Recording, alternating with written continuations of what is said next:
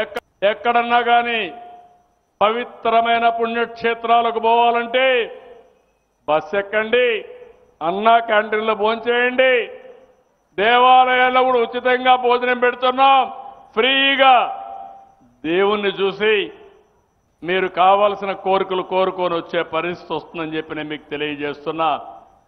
బీసీలకు న్యాయం చేశాం. ఇంకో పక్కన డిఎస్సి, మెగా డిఎస్సి మొట్టమొదటిసారిగా విన్నాను. మన కుప్పంలో కూడా 50 మంది టీచర్లు సెలెక్ట్ అయ్యారు. ఇదొక చరిత్ర. ఒకప్పుడు మన టీచర్లే సెలెక్ట్ అయ్యేవాళ్ళు కాదు. అంతా వేరే తాలూకాల నుంచి ఇక్కడ రావడం, వస్తానే ట్రాన్స్ఫర్ చేసుకొని వెళ్ళిపోవడం, మన బడులన్నీ ఖాళీ అయిపోవడం. ఎన్టీఆర్ మెమోరియల్ ట్రస్ట్ ట్రైనింగ్ కూడా ఇచ్చాం. దీనివల్ల బ్రహ్మాండంగా పనిచేశారు. ఇది తలుచుకున్నప్పుడు ఇప్పుడు కుప్పం కూడా పోటీ పడే పరిస్థితి వచ్చింది. పోటీ ప్రస్తుతం పడుతుంది.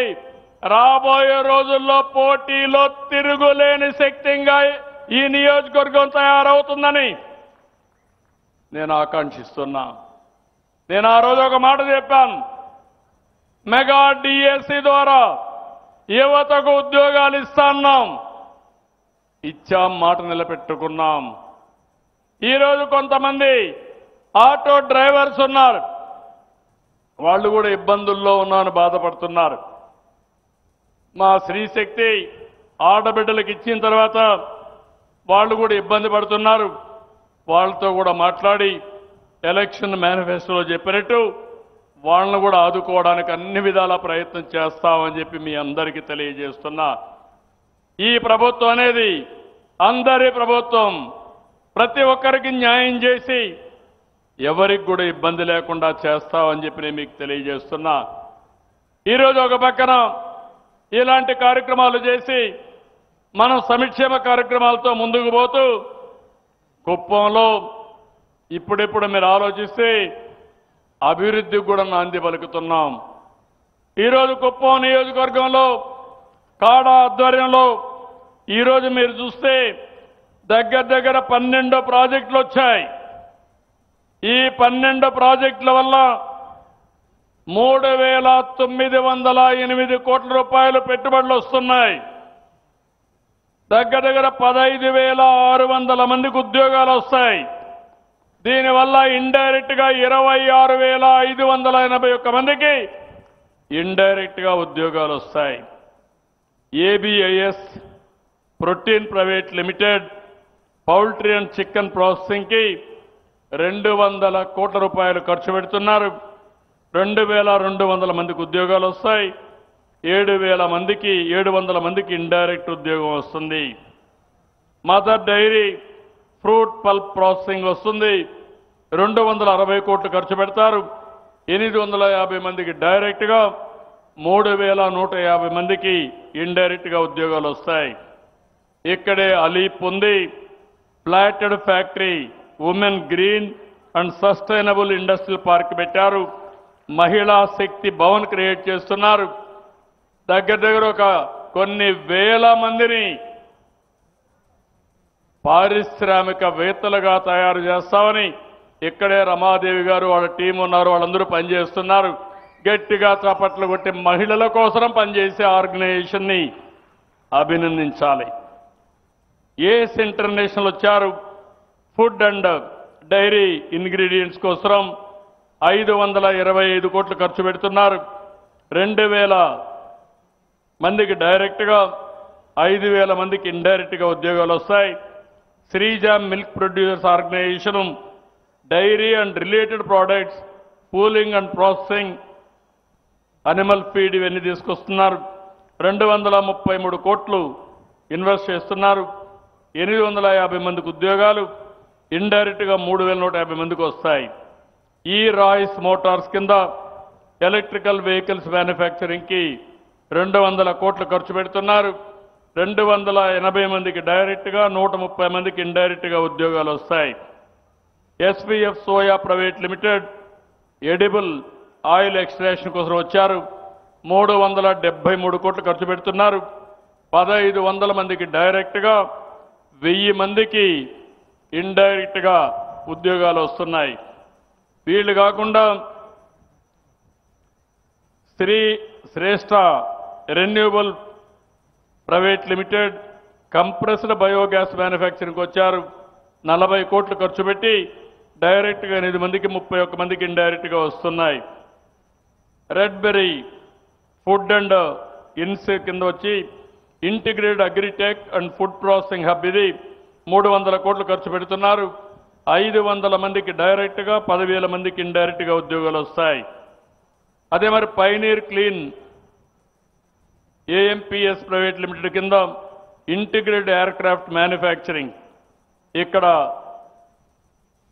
హన్సా 3 2-సీటర్ ట్రైనర్ ఎయిర్ క్రాఫ్ట్ తయారు చేస్తారు. 150 కోట్లు ఖర్చు పెడుతున్నారు. 50 మందికి డైరెక్ట్గా 150 మందికి ఇండైరెక్ట్గా వస్తాయి. Kingswood Decker private limited medium density fibre board మ్యానుఫ్యాక్చరింగ్కి వచ్చారు. 1100 కోట్ల రూపాయలు ఖర్చు పెడుతున్నారు.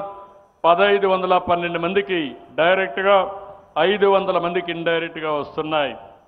ఇంకొక పక్కన ఈరోజు ఎథరల్ ఎక్స్ప్లోరేషన్ కింద గిల్డ్ ఫ్యాక్టరీ ఇది fully reusable medium lift launch కింద వస్తుంది. ఇది 500 కోట్ల రూపాయలు ఖర్చు పెడుతున్నారు. 350 మందికి డైరెక్ట్గా 200 మందికి ఇండైరెక్ట్గా ఉద్యోగాలు వస్తున్నాయి. ఇంకో పక్కన ఏదైతే బిర్లా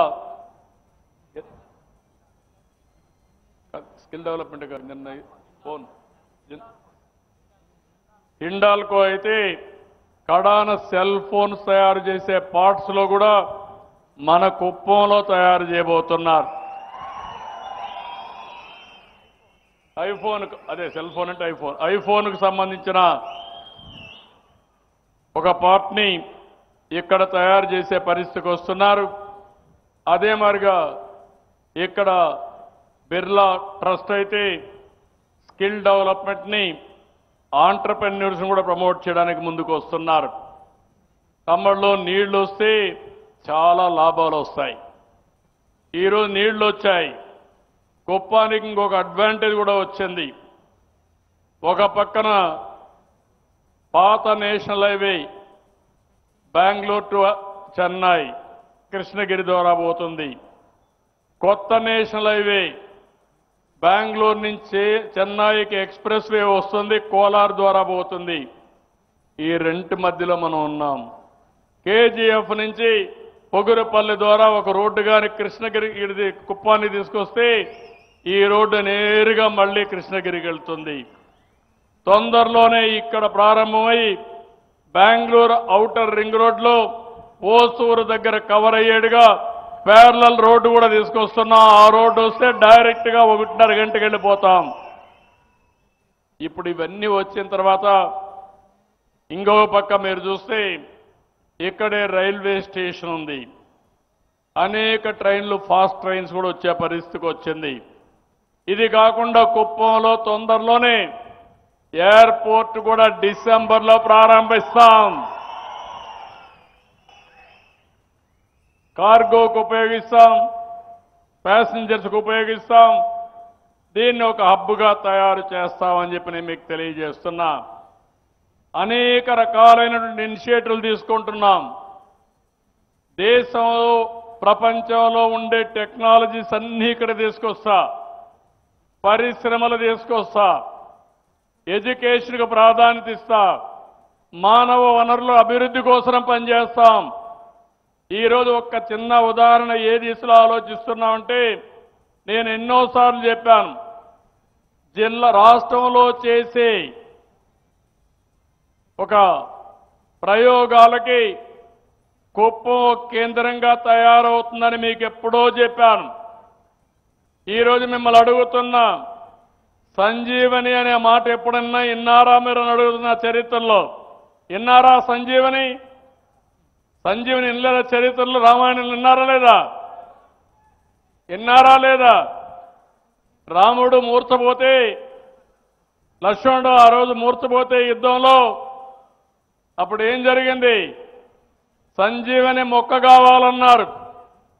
సంజీవని మొక్క ఎక్కడ దొరుకుతుందంటే ఆ రోజు హనుమంతుడు చెప్పినప్పుడు నేను పోయి తెస్తానని వెళ్ళాడు. ఆయనకు మొక్క తెలియదు కానీ తేవాలని సంకల్పం ఉంది. తెలియకపోతే పర్వతాన్నే తీసుకొచ్చాడు.